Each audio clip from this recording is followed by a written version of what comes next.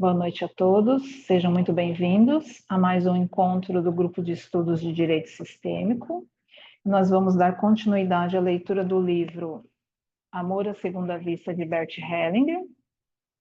Nós vamos retomar na página 143, Emílio e Laura, O Sacrifício.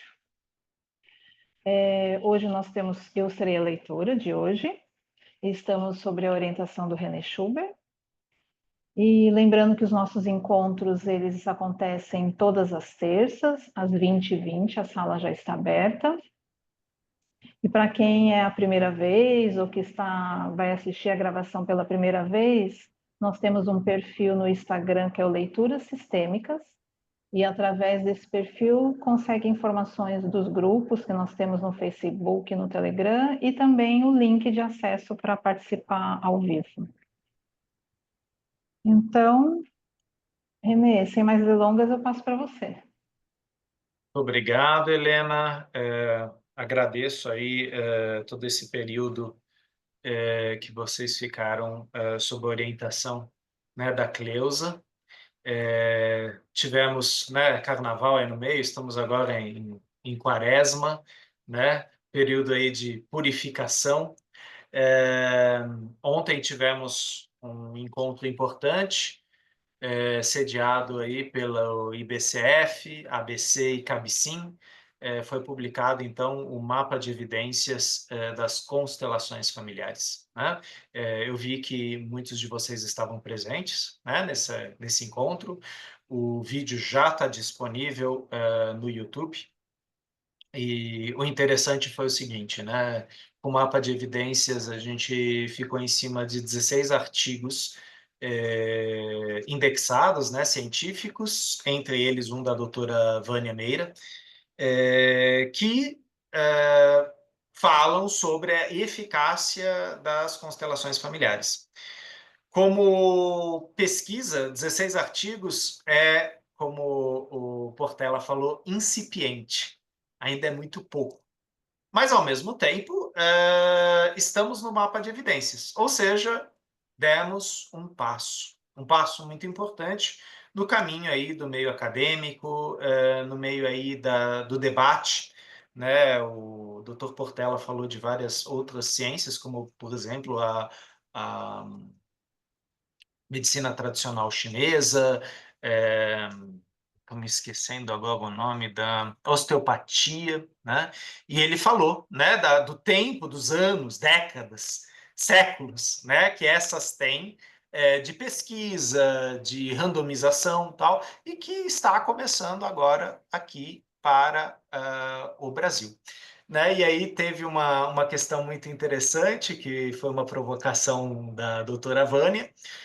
E o que a gente faz quando o pessoal vira e fala que a constelação familiar é uma pseudociência? A gente fala, vai ler o mapa das evidências, está publicado, né? Vai lá, né? Lógico, a gente vai continuar falando, não é que a constelação familiar é uma ciência, ela é uma abordagem terapêutica, mas ela está sendo avaliada, né, com rigor científico, né? Como muitas outras, como muitas PICs estão sendo avaliadas. E aí teve uma colocação muito importante da professora Isabela Oliveira.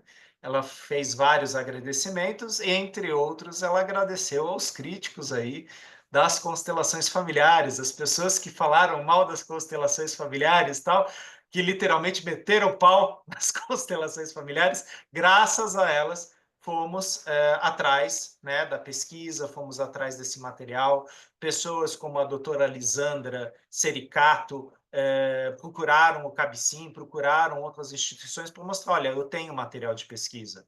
Olha, será que esse material aqui é suficiente? Quer dizer, isso foi então colocado à prova, assim como aquele nosso livro, né, que foi lançado, Constelação Familiar, História, Teoria, Pesquisa e Ética, né?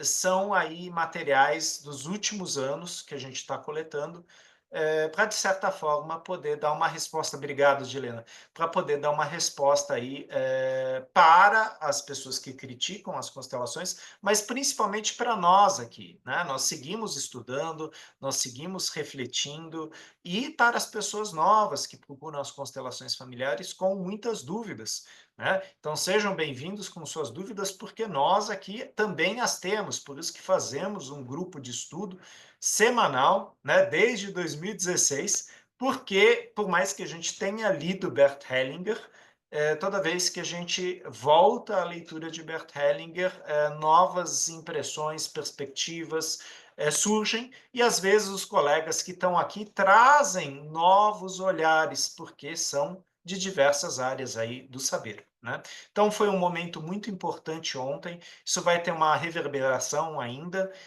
eu já verifiquei dentro do site da BIREM, já está disponível lá o mapa de evidências, em alguns sites né, de marcadores científicos, você já tem esse mapa das evidências, mas o Dr. Caio Portela falou que ainda vai publicar a íntegra, quer dizer, o PDF dessa pesquisa, isso ainda vai, provavelmente, durante a semana, ser publicado, né? Então, para nós, uma boa notícia, seguimos aí pesquisando, né? E saibam que sim, vocês aqui do grupo de estudos fazem parte desse movimento, né? Porque a maioria dos pesquisadores que está no mapa de evidências são pessoas que passaram aqui pelo grupo de estudo, são pessoas questionadoras do campo, né? Elas estão nos livros, elas estão na pesquisa, então é isso aí, vamos continuar aí estudando, e quem sabe daqui a algum tempo nós trazemos os nossos livros aqui para o nosso grupo de estudos, né? Logicamente, fundamentado aí no nosso grande professor, Bert Hellinger, e Sophie Hellinger, né? Mas desenvolvendo aí cada um o seu campo de trabalho, as suas perspectivas, as suas reflexões, né? Então, era isso que eu tinha para trazer. Outra notícia importante, eu acredito que a Dilena tem até publicado isso lá no grupo do Facebook, mas a gente vai ter um curso aí online com Sophie Hellinger e o professor Renato Bertatti. São vários encontros voltados aí para saúde e terapia. O professor Renato Bertatti vai começar também encontros agora voltados para a questão de consultoria, empresas. E Sophie Hellinger também está marcando a volta dela para o Brasil, né? Então, tem algumas coisas que foram soltas agora em março, né? De alguns eventos que vão acontecer finalzinho de maio e assim por diante, né? Conforme a gente for tendo essas datas mais corretas, a gente vai falando aqui no grupo ou postando lá no Facebook, no grupo de estudos de direito sistêmico, né? Bom, esses são os recadinhos. Vamos começar a leitura. Helena, a não ser que alguém queira ainda comentar algo sobre o mapa de evidências, que pode ser comentado aqui, né?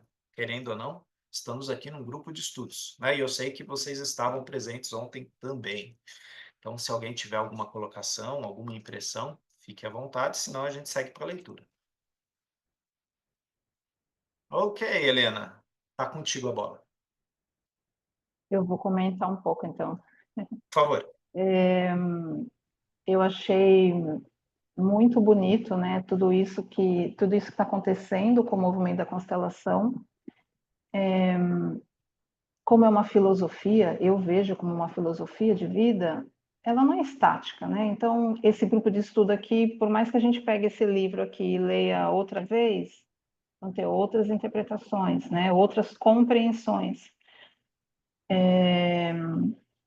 E esse mapa de evidência é super importante. Eles até comentaram, né, que isso vai ter o trabalho de aumentar isso, né? Então, ainda conta com a colaboração, né, de todos nós para a gente estar agregando, né, mais evidências ali. Eu vi também ontem lá no chat que tinha pessoas perguntando, né, como a gente, como constelador, a gente pode contribuir, né, tipo, de que forma que a gente pode estar registrando, né, esses atendimentos, seja como for, para que se encaixe, né, porque é José Miguel, né, que é O do doutor ABC, José Miguel, né, sim. Uhum. ele até comentou que teve um caso dele que estava lá e não pôde ser usado, né, porque faltavam informações. Então, isso acho que também é uma coisa importante, né, para a gente se atentar, se a gente quer agregar, né, com o nosso trabalho. E a questão do agir e não reagir, né? É uma coisa que eu tenho trabalhado muito comigo. Então, quando a professora Isabela falou de agradecer, né, essas pessoas que vieram bater na gente, né? Eu trago isso para minha vida também, porque às vezes a gente entra em conflito com alguém, ou algo em alguém incomoda. Então, em vez de eu reagir, né, quer dizer, eu tenho feito recolho. Lógico que tem hora que eu fico brigando comigo mesma, mas eu tenho me recolhido e exercitado, que isso é meu, né? Então, aí eu vou mudando minha postura. E essa semana e a semana passada, eu vivenciei situações assim que eu recuei e falei, não, deixa eu me centrar e eu ver o que que tem, né, dentro de mim. E isso a gente cresce, né? E é o que aconteceu com esse movimento. Que bom que tiveram pessoas que se uniram e agiram, e não só reagiram, né? Porque eu conheço muita gente que estava nesse movimento aí, tanto de psicólogos e tudo mais, que as pessoas estavam surtando. E, tipo, o que que eu vou fazer? Não sei o quê, né? Tá proibido. E eu falava, gente, né? A pessoa colocou a vida inteira dela na constelação. Então, sei lá, Uhum. se era da área do direito, a pessoa não é mais da área do direito, se é da área da psicologia, a pessoa não é mais da área da psicologia, agora vestiu o rótulo de constelador e acabou minha vida, entendeu? Então, mas que bom que uma grande maioria se uniu. E isso também é o que esses que vieram bater na gente fez, né? A gente se unir, porque senão, acho que se não tivesse essa união, provavelmente ia ser retirado de alguns âmbitos aí. E é isso. O que você traz, Helena, é muito importante. Quer dizer, qual é a forma, né, de escrita? E o doutor Caio Portela, ele falou, vamos fazer mestrado, né? Ele foi bem específico, né? Mestrado, doutorado, porque a gente está falando de rigor científico. Lógico, uma das coisas que a gente sempre fala aqui é escrevam, né? E eu sei que a Helena recentemente publicou num livro, né, o artigo dela voltado aí para a constelação. Eu sei que a colega Valéria, que voltou aqui, também escreveu, né, os seus estudos aí de psicanálise. Quer dizer, vocês têm produções, vão e publicam. Logicamente que isso não significa que o trabalho de vocês tem cunho científico. Até porque a escrita da psicanálise, a escrita da constelação, por ser fenomenológica, ela não é considerada escrita acadêmica, né? Então, a mesma coisa aconteceu há 2 anos atrás, no congresso da ABC, que me chamaram, né, para apresentar uma publicação minha lá da Inglaterra, onde eu falava da questão das constelações familiares e das doenças mentais, né? Quer dizer, a trabalho de constelação com doentes mentais, com esquizofrênicos, psicóticos. Só que era um trabalho de avaliação bibliográfica, né? O que eu fiz foi uma revisão bibliográfica e um debate também fenomenológico. Quer dizer, isso não gera estatística, né? O que eles buscam são estatísticas, como, por exemplo, a doutora Lisandra Sericato, que ela tem uma pesquisa, ela me mandou a pesquisa dela. É aquela coisa, inclusive dentro da tua área, né, Eurico? Ela está lá dentro das prisões, ela tem mais de 700 relatos, né? Antes, durante e depois. Né? Quer dizer, antes da pessoa ser atendida, né, pelo processo de constelação, mediação, durante e depois. E ela tabulou isso. Né? Então, ela tabulou emoções, ela tabulou dados. Isso é o pensar mais científico, mais acadêmico. Mas, lógico, não é para vocês, eu não sei escrever isso, então não vou escrever sobre a minha experiência com o workshop. Não, escrevam, né? Escrevam, que é o que eu faço, né? Não parem de escrever, façam relatos, né? Porque, às vezes, é a partir do seu relato que algum colega vai ler e vai conseguir extrair disso, de repente, uma escala, uma forma de randomização daquilo, né? Então, você mesma, Helena, tinha me falado, né, do teu TCC na Hellinger Schule, que era uma entrevista, né? E que vocês fizeram uma tabulação, logicamente, uma margem pequena, se eu não me engano, eram 10 entrevistados, 20, 30 entrevistados, né? Pequena. Agora, quando você vai para a Lisandra, que tem 700 relatos, esses números eles começam a ter força. Que é o quê? Isso é mestrado, isso é doutorado. Né? Aí você vai usar também de ferramentas da psicologia, do direito, da estatística, para estabelecer, de repente, certas. A palavra talvez não seja correta, tá? Normativas. Ou seja, nesse sentido, isso ocorre com bastante frequência. A pesquisa da doutora Vânia apontou exatamente a qualidade de vida após as constelações. E ela tem um percurso dentro do SUS. Né? Então, são muitas pessoas que passaram com ela e foi sempre a mesma entrevista que ela usou, antes, durante e depois. Né? E isso foi formando uma estatística que ainda é incipiente. Por que ela ainda é incipiente? Tem que ir, de repente, a Dilena fazer o mesmo tipo de pesquisa, tem que ir a Raquel fazer o mesmo tipo de pesquisa, a Antônia, e aí a Dilena falou, olha, eu vi que isso que a doutora Vânia encontrou se comprova nesse setor, mas eu vi inconsistência aqui e aqui. Aí vem a Raquel, cita a Dilena, cita a Vânia, fala, olha, comprovo que esses resultados foram novamente verificados, e isso aqui ainda é um ponto frágil. Aí vem a Antônia e fala, olha, eu li a pesquisa dessas três, só que eu fiz um outro caminho e encontrei isso, e assim a gente vai produzindo saberes, né, que podem ser transformados em estatística. Eu entendo que, de repente, no direito, isso seja mais factível. Na psicologia, por exemplo, a gente tem escalas, só que na psicologia a gente trabalha muito em cima do subjetivo, ou seja, a gente cai de novo na questão fenomenológica.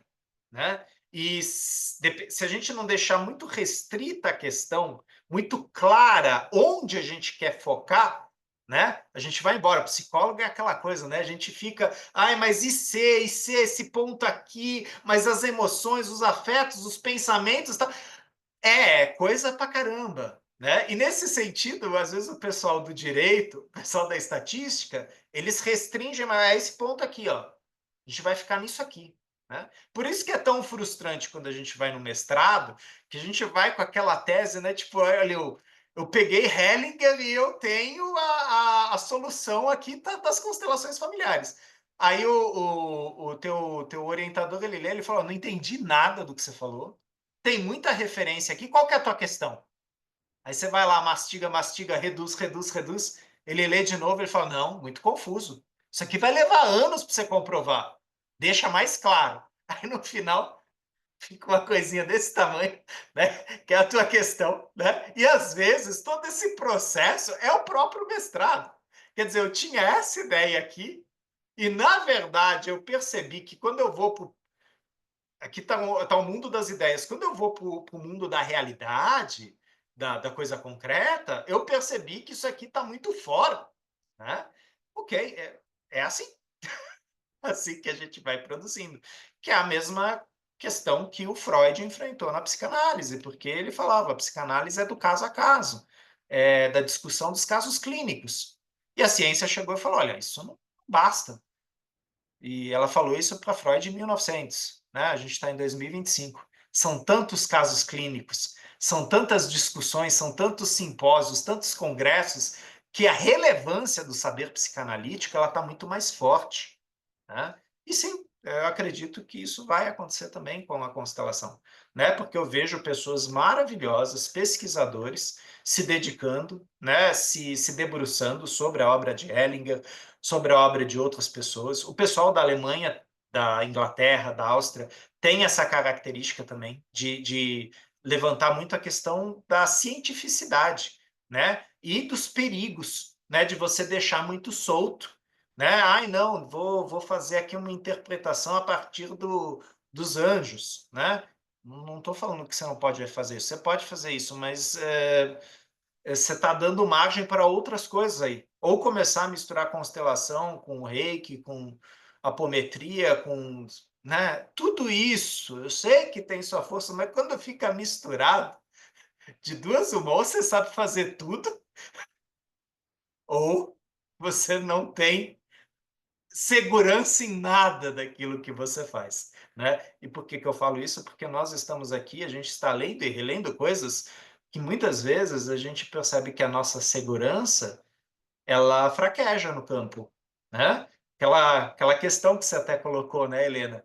Eu acho que eu sou facilitador por causa disso, disso, aquilo. Numa constelação, de repente, eu dou um passo para trás e falo, não sei o que fazer. Eu tenho que me esvaziar.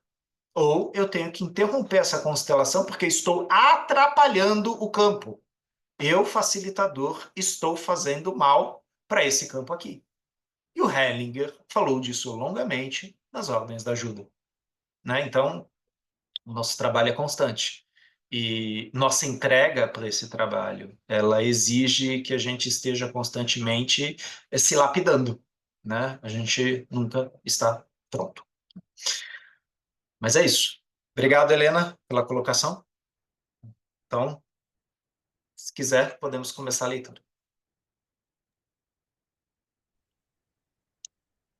Página 143. Emílio e Laura. O sacrifício. Hellinger. Outros casais que querem trabalhar? Para Emílio e Laura. Vocês venham até aqui. Hellinger. Vocês ainda têm coragem após o que eu disse antes? Laura cobre o rosto com as mãos. Hellinger. Certo?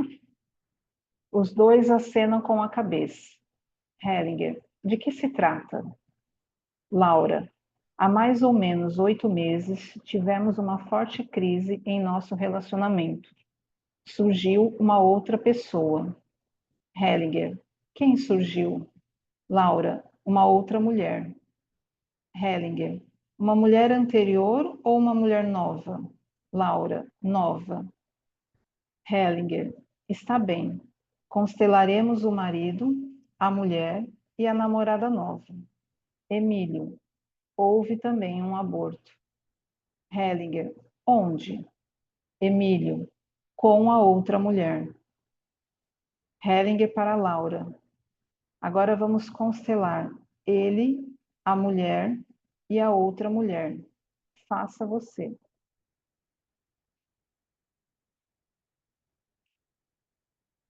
Figura 1. O Hellinger coloca o marido, a mulher e a namorada do marido. Hellinger para Emílio. Vocês têm filhos? Emílio. 2 filhos. A mulher está muito comovida. Treme. Após um tempo, Hellinger escolhe uma representante para a criança abortada e pede para que se sente de costas diante de sua mãe no chão. Figura 2, a criança abortada está de frente para a mãe, que é a namorada. A namorada do marido se inclina em direção ao filho abortado, ajoelha-se e o abraça por trás. A mulher chora em voz alta. O homem olha para o filho abortado. Às vezes, fecha os punhos, mas não consegue se mover. Então, Hellinger conduz a mulher para a frente. Figura 3. O Hellinger afasta a mulher do marido e da namorada e da filha, do filho abortado. Hellinger para Emílio. Quem queria o aborto? Emílio. No final, foi uma decisão nossa. Hellinger. De quem? Emílio. Da outra mulher e minha. Hellinger. A sua mulher sabia disso? Emílio. Ela soube apenas após o aborto. Hellinger para o grupo. A mulher pode ficar com o marido? Não é possível. Acabou. Laura cobre o rosto com as mãos e chora. A sua representante soluça em voz alta e seus joelhos tremem. Hellinger. A imagem que tenho é: o filho foi sacrificado para a mulher. A reação de sua representante mostra que ele foi sacrificado para ela.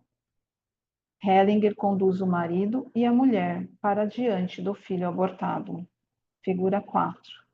O marido e a mulher estão diante do filho abortado. Após um tempo, a mulher estende as mãos em direção ao filho abortado. Ela ajoelha e o abraça, juntamente com a mãe deste. As duas soluçam em voz alta. O homem está inquieto. Ensaia às vezes um movimento, mas não consegue. Hellinger, após um tempo, para Laura. Os seus filhos são meninos ou meninas?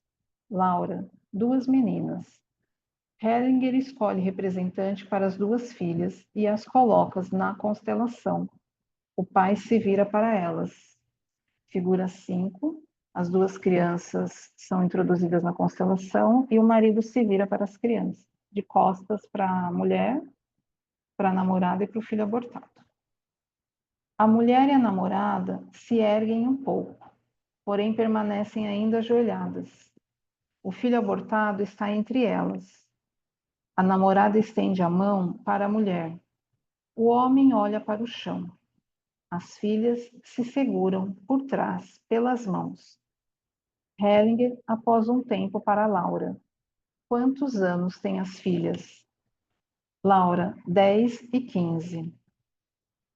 A mulher agora também se levanta e se vira para as filhas. Elas fazem uma tentativa de ir até o pai, porém desistem. Figura 6.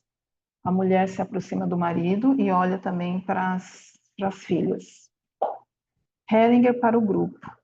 Não há nada a ser feito aqui. Agora Hellinger coloca as filhas do outro lado. Os pais se viram para elas. Então a mulher vai em direção a elas e as abraça. Figura 7. A mulher se aproxima das filhas e o marido fica distante, ainda olhando para as filhas. Hellinger para o grupo. Essa é uma solução encenada. O que ocorre não está sendo levado a sério. A mulher não está levando a sério. Hellinger coloca a mulher em seu lugar anterior e faz com que olhe novamente para a criança abortada. Figura 8. A mulher fica diante da criança do filho abortado. Hellinger para o grupo. Isso não foi um movimento da alma. Foi num sentido de que está se passando por cima de algo. Caso o terapeuta permita isso, irá permitir algo que não é possível. A mulher ajoelha novamente. Hellinger para Emílio e Laura. Eu não vejo o que posso fazer. Não consigo ver. Após um tempo, interrompo aqui. Agradeço a vocês que participaram. Pode continuar, René. Acho que sim, né? Eu vou fazer uma breve interrupção aqui, Helena. Eu posso colocar para o grupo a pergunta que você me fez? Acho que foi no final de semana. Claro. A Helena perguntou até que ponto um facilitador pode interferir no campo, né? E até que ponto essa intervenção pode ser pesada, né? Pode ser perigosa aí para o nosso cliente. E aqui vocês acabaram de ver, é como se o Hellinger, né, tivesse respondendo aí a pergunta da Helena. Vocês podem ver que ele fez uma movimentação, quer dizer, o facilitador fez uma movimentação, ele testou o campo. E a partir daí, provavelmente houve uma sensação para o facilitador, que fez com que o Hellinger falava: isso aqui é uma encenação. Isso aqui não tem força, isso não sustenta o campo. E quando ele voltou atrás, novamente, provavelmente a questão afetiva se mostrou muito forte. Então, por mais que um facilitador tenha uma ideia, ele tem que tomar muito cuidado para não seguir adiante com essa ideia. Ele pode, talvez, testar algo, mas ele tem que ficar atento se o campo permite, se há espaço para essa testagem, né? Como, por exemplo, o Stefan Hausner, né? Isso eu vi ele fazer várias vezes, né? Que ele começa uma constelação e aí ele fala: parem onde vocês estão, vira para o cliente e fala: eu quero ver essa constelação sem os seus pais presentes, tudo bem? E de repente a pessoa fala, não, tudo bem. E ele fala, eu peço que os pais saiam e vocês se reorganizem. É outra constelação, existem outros representantes. E depois o Stefan ele fala, eu percebi que a gente estava entrando na questão das lealdades invisíveis, né? Eu que percebi que a gente já estava entrando na questão do pai ou da mãe, e isso estava fazendo uma interferência na tua questão, né? Bom, Stefan Hausner, assim como Hellinger, tem muito chão, né? Diferente a gente ficar, né? Ah, eu vi o Hausner fazer isso, eu vou fazer também. Calma, por que você está fazendo isso? Qual que é a tua estratégia? Aonde você quer levar teu cliente com isso? Ah, não quero levar meu cliente para lugar nenhum, eu que estou curioso. Então não faça. Se o facilitador faz isso por curiosidade, não, de jeito nenhum. Agora, se isso levar o nosso cliente a uma ampliação, a uma outra perspectiva, ok. Né? Por isso que o facilitador está o tempo todo olhando lá os representantes, o campo e o cliente. Né? Aquilo é para o cliente, aquilo não é para o facilitador, aquilo não é para os representantes. Aquilo é talvez, uma transformação para esse cliente. Né? E Helena, os colegas que estão aqui, quando a gente está no campo, existem várias percepções, mas assim, o teatro, ele grita. A gente percebe quando é teatro. A gente percebe quando está desintonizado. E a gente percebe quando a gente está desintonizado. Né? Quando você está cheio demais, você não consegue facilitar. Você precisa estar esvaziado. Ah, René, mas não é possível, eu sempre preciso esvaziar. Não, é você que tem que saber isso. Se não é possível, não consegue.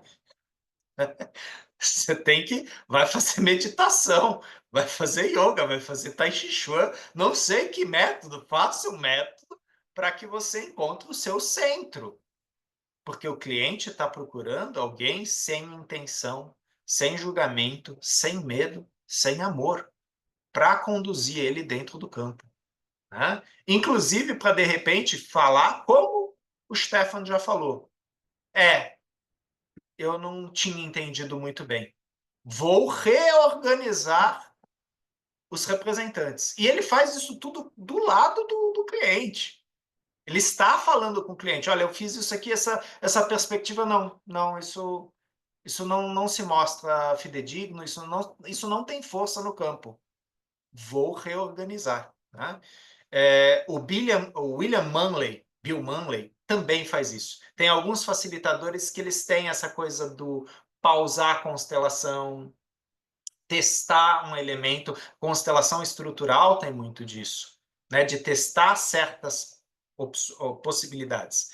Mas, deixando bem claro, assim como Bert Hellinger, Matthias Varga von Kibet, ele não está brincando com o campo. Né? Ele está vendo o quanto essa ideia ou esse insight, essa percepção interna, o quanto isso tem força no campo. Se não tem força, ele tira. Né? Então, a Dilena quer ser feliz. Eu coloco lá um representante feliz na frente dela, o representante cai no chão.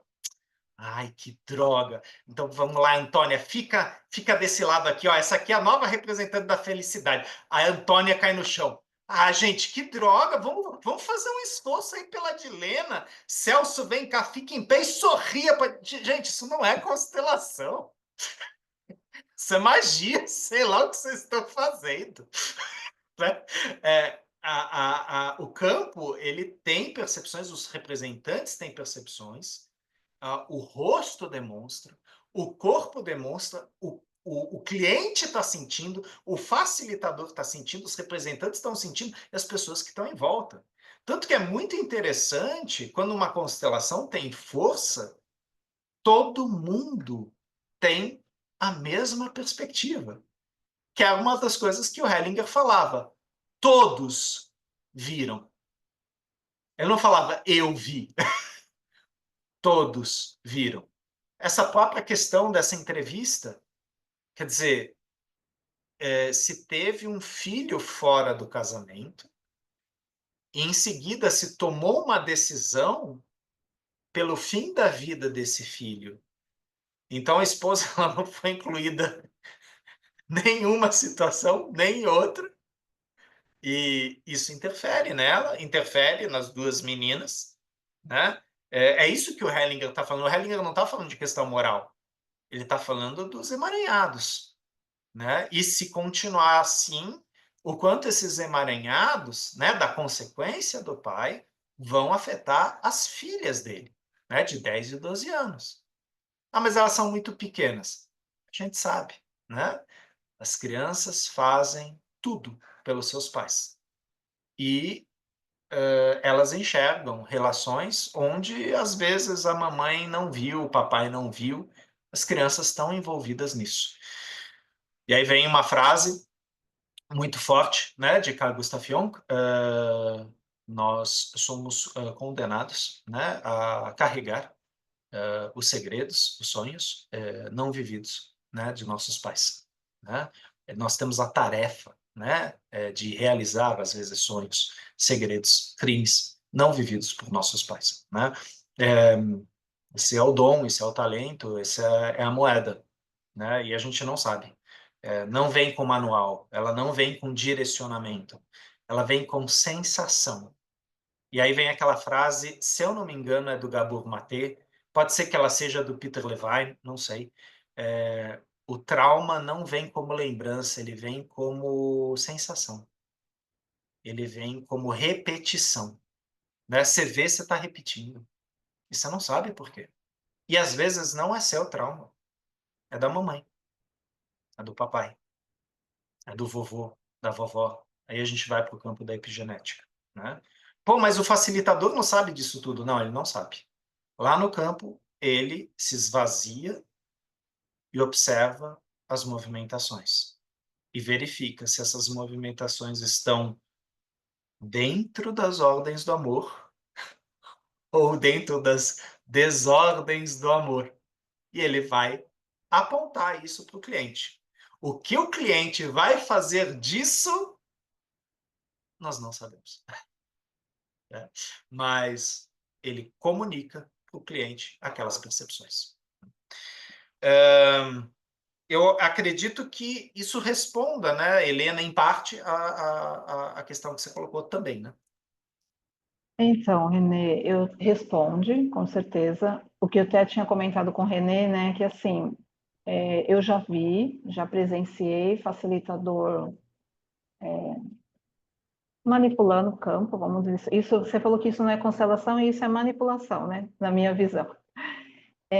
Só que depois que eu comecei a fazer a pós na Hellinger Schule, eu vi que com as novas constelações, praticamente a gente não interfere, né? O campo vai se movimentando sozinho, né? E aí que eu fiquei questionando, eu falei, nossa, o quanto o facilitador realmente consegue mesmo, né?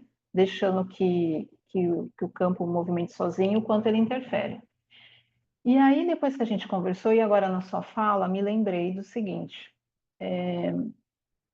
é um facilitador que eu conheço, né? E, e ele foi capturado. Na minha visão, ele foi capturado pelo campo, né? Então, assim, naquele momento ali, era uma questão dele também, né? E aí eu me lembrei do ano passado, no Hellinger Days, o Renato Bertatti. Então, a gente, assim, até um alerta, né? Para mim, acho que é importante para todo mundo, o quanto a gente tem que estar, como você disse, centrado. E se a gente está com problemas, né, ou com questões que estão movimentando muito ali naquele momento, eu acho que não deve trabalhar. Né? Então, tipo assim, ó, devolve o dinheiro, não vou poder te atender agora, né? E no Hellinger Days, eu achei tão bonito, o Renato, enfim, houve tantos movimentos lá, e o Renato teve um momento que ele subiu no palco e ele ia conduzir lá, né? E ele não estava em condições. E ele declarou lá que ele tinha tomado um pouco mais a mãe dele, né? Então ele estava extremamente emocionado e ele falou: olha, eu tinha intenção de trabalhar, de fazer constelação, mas eu não tenho condições, entendeu? Então, assim, a gente tem que ter essa humildade, né? Porque tem momentos que a gente, tudo bem, a gente está ali, mas a gente também se trabalha, né? Então, tem momentos que está aquela turbulência. Então, se você tem um entendimento naquele momento de turbulência, diante disso que aconteceu, né? Recente aí, eu não trabalharia, devolveria o dinheiro, entendeu? Porque para você ser capturado pelo campo, e eu não sei vocês, mas muitas das pessoas que vêm até mim, ou às vezes nem é para trabalhar com constelação, são pessoas de amizade, as questões que trazem, eu olho e falo assim, bom, ou estou vivendo isso, ou eu já passei por isso, entendeu? E às vezes é um momento que você está vivendo, você está se vendo ali no outro, né? Então, imagina. Então, trouxe bastante reflexão para mim e eu acho que é importante, né? O facilitador ele tem que ter essa noção e não, né? Não posso trabalhar agora.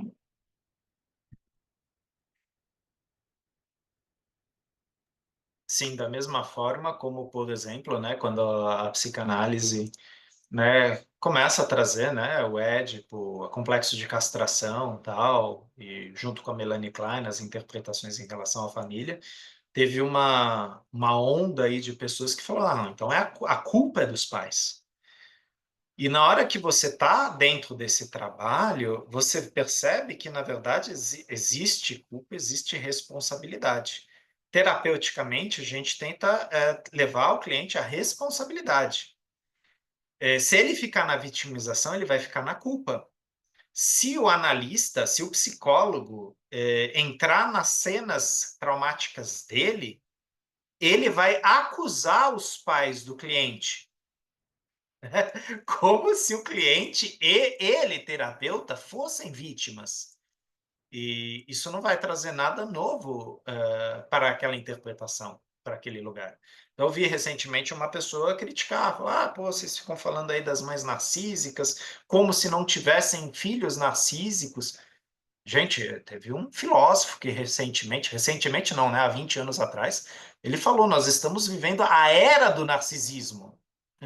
Não se trata de mães e filhos narcísicos. Eu acho que cada um vai ter uma responsabilidade narcísica. Quer dizer, como eu estou lidando com esse meu amor, né? Esse meu amor, ele aprisiona ou ele liberta? Esse meu amor, ele inclui os outros ou não tem lugar para os outros, só tem lugar para mim? Como que é a minha administração narcísica? Né? E isso foi uma questão que o Freud colocou lá atrás. Narcisismo todos nós temos. Agora, esse narcisismo nos leva para um lugar melhor ou pior? Ele leva nossos amigos, colegas, parceiros para lugares melhores ou lugares piores? Então, são questões, não necessariamente temos respostas para essas questões, mas são questões que têm que ser colocadas. E aí a gente tem que tomar cuidado, porque né? Na constelação a gente evita fazer isso, mas tem certas áreas que têm diagnóstico. E às vezes é muito pesado eu virar aqui e falar, né? É só um exemplo, tá, Vera? Ah, não, a Vera é narcísica. Eu não sei o contexto, né? Eu não sei de onde ela veio, não sei quem foi a mãe dela, quem foi a avó dela. Não sei se ela veio da ditadura de Franco na Espanha, se ela veio da Alemanha, da Áustria nazista. Eu não sei. E muitas vezes o narcisismo é um mecanismo de defesa também. São tantas questões que elas precisam que o terapeuta também aguarde antes de fechar, né? Uma coisa é eu debater, né, com os colegas psiquiatras, neurologistas, ou as possibilidades do caso. Outra coisa é eu fechar o quadro, né? E aí, de repente, eu viro e falo, é isso, né, Vera? Você é narcísica. E ela fala, o que eu faço com isso? Ah, tenta não matar ninguém. Gente, não é isso, né? Quer dizer, como que eu vou acolher? Como que eu vou escutar isso? Como que eu vou trabalhar com? Eu tenho ferramenta para trabalhar com isso? Porque provavelmente se eu der essa resposta para a Vera, eu estou falando mais de mim do que dela, né? Porque a fala veio do terapeuta. A solução veio do terapeuta. Ó, cuidado para não fazer isso. Quem pensou nisso? Terapeuta. Muitas vezes o cliente nem estava nisso. A ideia foi plantada lá, meio que o filme Inception, né? A gente tem que tomar muito cuidado, né? Como crenças às vezes são criadas dentro de relações, até de relações terapêuticas. É muito delicado o nosso trabalho. Sim, nós somos cirurgiões, cirurgiões psíquicos, e nós estamos lidando com corpos vulneráveis, corpos psíquicos, corpos somáticos vulneráveis, pessoas com feridas, como por exemplo de um aborto extraconjugal, e que foi exposto num seminário. A coragem desses dois, desse homem e dessa mulher. E, ao mesmo tempo, a busca que os dois estão fazendo um pelo outro, o masculino pelo feminino, o feminino pelo masculino. Né? São muitas camadas para serem olhadas. Né? Mas vamos ler mais um pouquinho, Helena. Por favor.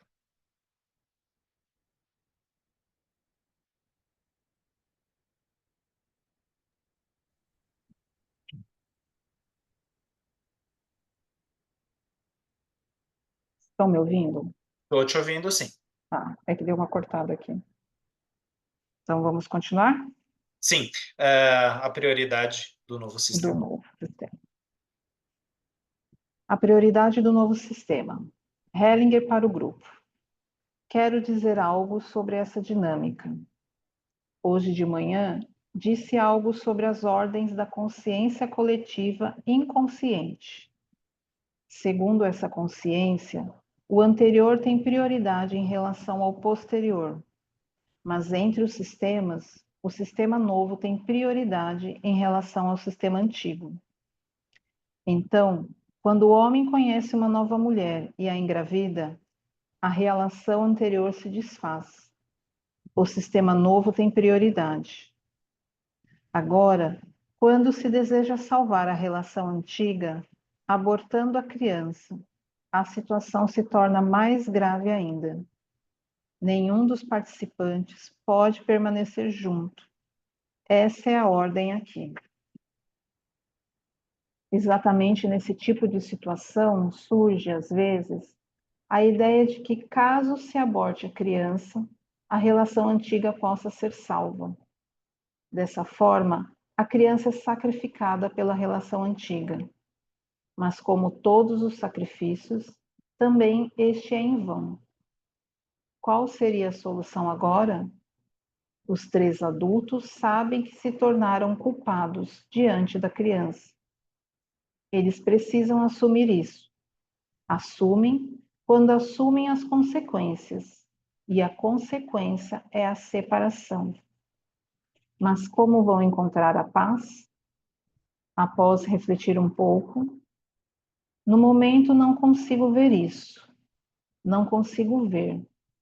Por isso, não quero dizer nada. Para Emílio e Laura, mais do que isso, não posso fazer. Emílio e Laura voltam para seus lugares.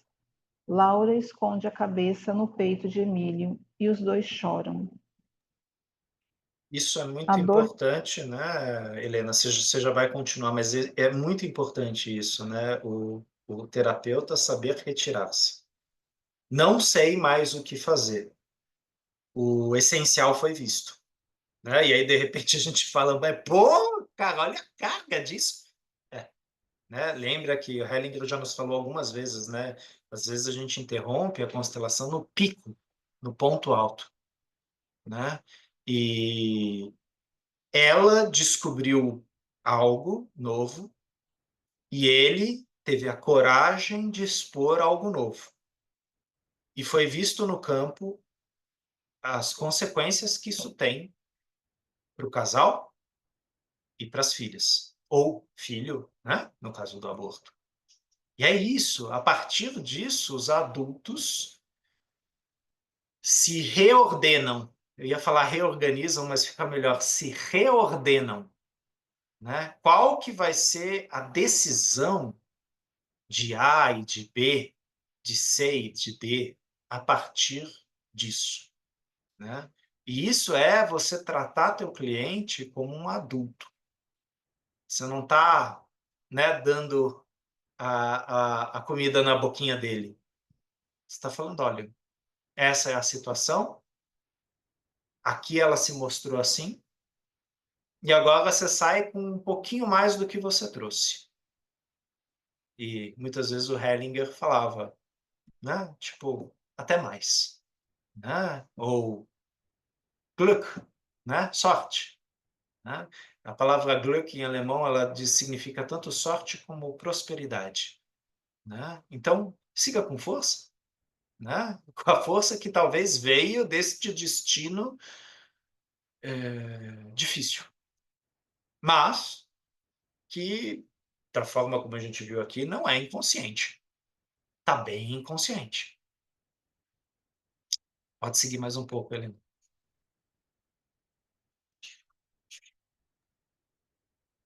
A dor que cura.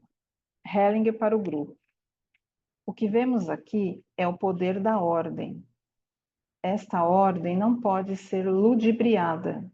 Isso é impossível. A dor seria curativa, mas não a autocompaixão. Apenas a dor por essa criança. Essa seria a dor que cura. Laura se ergue e Emílio começa a soluçar em voz alta. Ele é sacudido pela dor. Após um tempo, Laura coloca o braço em torno dele. Hellinger para Laura. Não o conforte. Os dois se acalmam um pouco, porém ainda choram. Então Emílio dá um sinal a Hellinger de que quer falar com ele. Hellinger para Emílio. Espere. Quero lhe dizer algo. Emílio começa novamente a soluçar em voz alta. Hellinger. Olhe, olhe. Se na dor você olhar para a criança, apenas para a criança, então a dor cura. A dor precisa mostrar-se de olhos abertos. Caso contrário, trata-se de autocompaixão. Imagine que você está olhando para a criança. Emílio sacode a cabeça. Hellinger. Olhe, olhe, olhe, olhe para a criança, para o grupo. Ele ainda não consegue ver a criança. Está concentrado em si. Para Emílio, você deve olhar para a criança. Ele inclina a parte superior do corpo um pouco para frente. Helena, Hellinger. só um instantinho. Nessa parte onde a Helena leu autocompaixão, geralmente Hellinger usa a palavra em alemão Mitleid, autopiedade, tá? Não é autocompaixão, é autopiedade, que é a postura da vítima, né? Então, a autocompaixão, geralmente quando Hellinger usa Mitgefühl, autocompaixão, ela é um sentimento positivo. É inclusive considerado um meta-sentimento. Agora, aqui ele está usando um sentido pesado, que tira a força, que é passivo. Por isso que eu imagino que seja Mitleid, autopiedade. Tá? Desculpa, Helena. Não, perfeito. Até depois eu vou anotar isso. Obrigada, René. Hellinger. Respire profundamente e mantenha os olhos abertos. Mantenha os olhos abertos e olhe para a criança. Emílio junta as mãos diante do peito e chora. Hellinger. Não, não. Esse é um sentimento de criança. Olhe para a criança como pai. Emílio fica mais calmo e olha de forma mais clara. Hellinger. Assim é melhor. Exatamente. Isso agora é a coisa certa. Olhe para a criança e diga: eu sacrifiquei você. Emílio. Eu sacrifiquei você. Hellinger. Agora sinto por isso. Emílio. Agora sinto por isso. Hellinger. Agora acolho você no meu coração, como seu pai. Emílio. Agora acolho você no meu coração como seu pai, Hellinger, e tomo de você, que cedeu o seu lugar, Emílio, e tomo de você, que cedeu o seu lugar. Hellinger leva a mão de Emílio ao seu coração. Hellinger para Emílio. Agora acolha em seu coração. Emílio respira profundamente. Após um tempo, expira profundamente. Hellinger para o grupo. Aqui consideraria adequado. É esta a imagem. Que ele diga a seus filhos: vocês têm ainda um irmão. Emílio acena com a cabeça e começa a chorar novamente. Hellinger: não, não. Permaneça forte. Você precisa permanecer forte. Diga a eles: a criança foi abortada e eu sinto muito. Agora ela possui um lugar em meu coração e vocês também podem amá-la. Emílio acena com a cabeça e respira profundamente. Hellinger, permaneça forte. Mantenha os olhos abertos. Ele coloca sua mão no coração e no ombro de Emílio. Certo. Agora você viu o caminho. Tudo de bom para você. Hellinger para o grupo. Quero dizer algo sobre como lidar com os sentimentos. Demonstrei aqui o que precisa ser considerado. O grande sentimento é silencioso, como no caso dele agora, e está voltado para fora. Por isso, os olhos estão abertos. Dessa forma, o sentimento é pleno de força. O primeiro sentimento que ele mostrou era dramático, porém sem força. Estava direcionado para ele mesmo, não para fora. É importante distinguir isso. Está bem? Encerro aqui. Para Emílio, quando ainda quer dizer algo. Agora isso precisa repousar. Agora está bem. Agora você está em contato com a sua alma e com a criança. Emílio acena com a cabeça. Obrigado, Helena. Então, eu vou passar só para essa parte final que a Helena leu, né? Nessa página mesmo, 152. O primeiro sentimento que ele demonstrou, né, era dramático, porém sem força, né? E vocês já viram isso, né, nas constelações.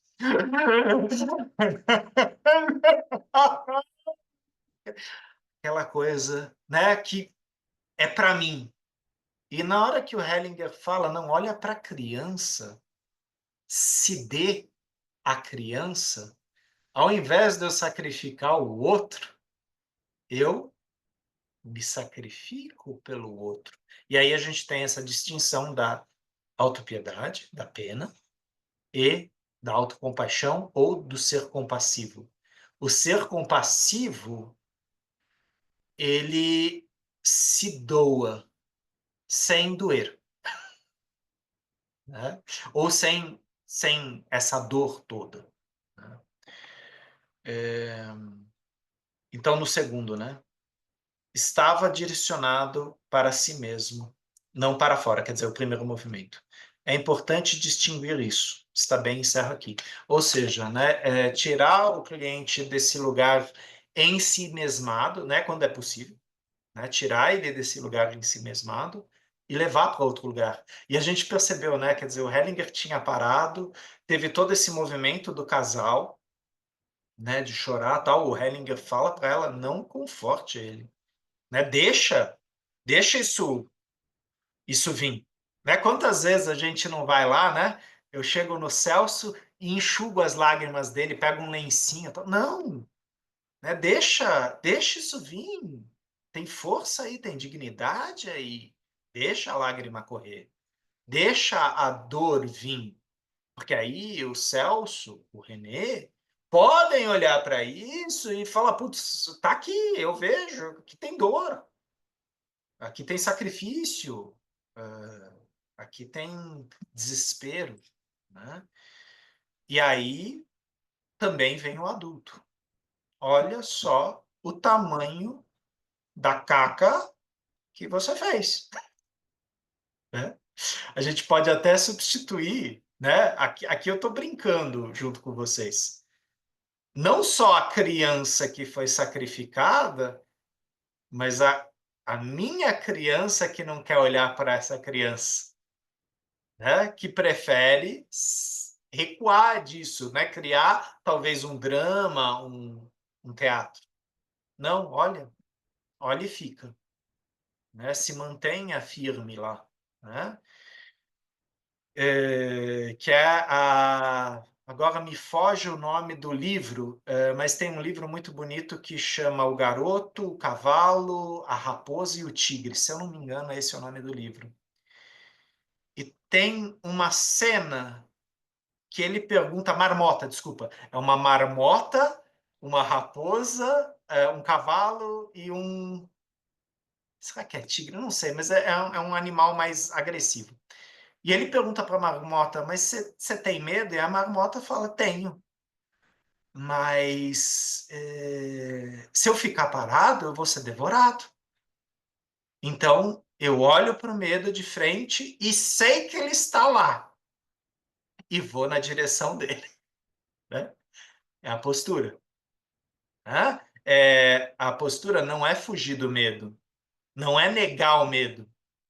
Mas é reconhecer que ele está lá, que ele tem lugar. Que ele faz parte. Né? E nesse livro, a marmota ela aparece aí como um avatar, né? Parecem os sentimentos do garoto externalizados. Né? O cavalo é a sabedoria, a raposa acho que é a agressividade.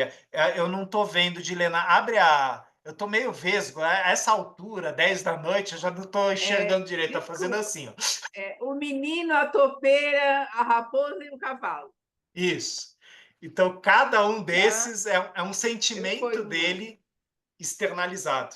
Né? Então, a topeira, não é a marmota. A topeira, aí trazendo essa coisa mais, né, o medo, ou a fraqueza, o cavalo é a sabedoria, e a raposa aí, essa coisa meio reativa, né, que você falou hoje, Helena, né?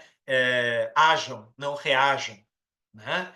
E a raposa vai aprendendo isso junto com a topeira, a não reagir, mas agir. É muito bonito esse livro. Aliás, vale a pena aí para quem tem criança, para quem tem sobrinho, né? Para falar de habilidades socioemocionais, esse livro é fantástico. E ele tem um filme, né, baseado no livro que está no YouTube. Se vocês pesquisarem com esse nome, acho que a Dilena depois vai colocar para a gente no grupo. Vocês conseguem acompanhar e tem pérolas aí, né, do lidar com afetos e sentimentos. Mas vamos encerrar por hoje até aqui. Eu gostaria de saber se tem alguma dúvida, alguma colocação que vocês gostariam de fazer para essa leitura de hoje.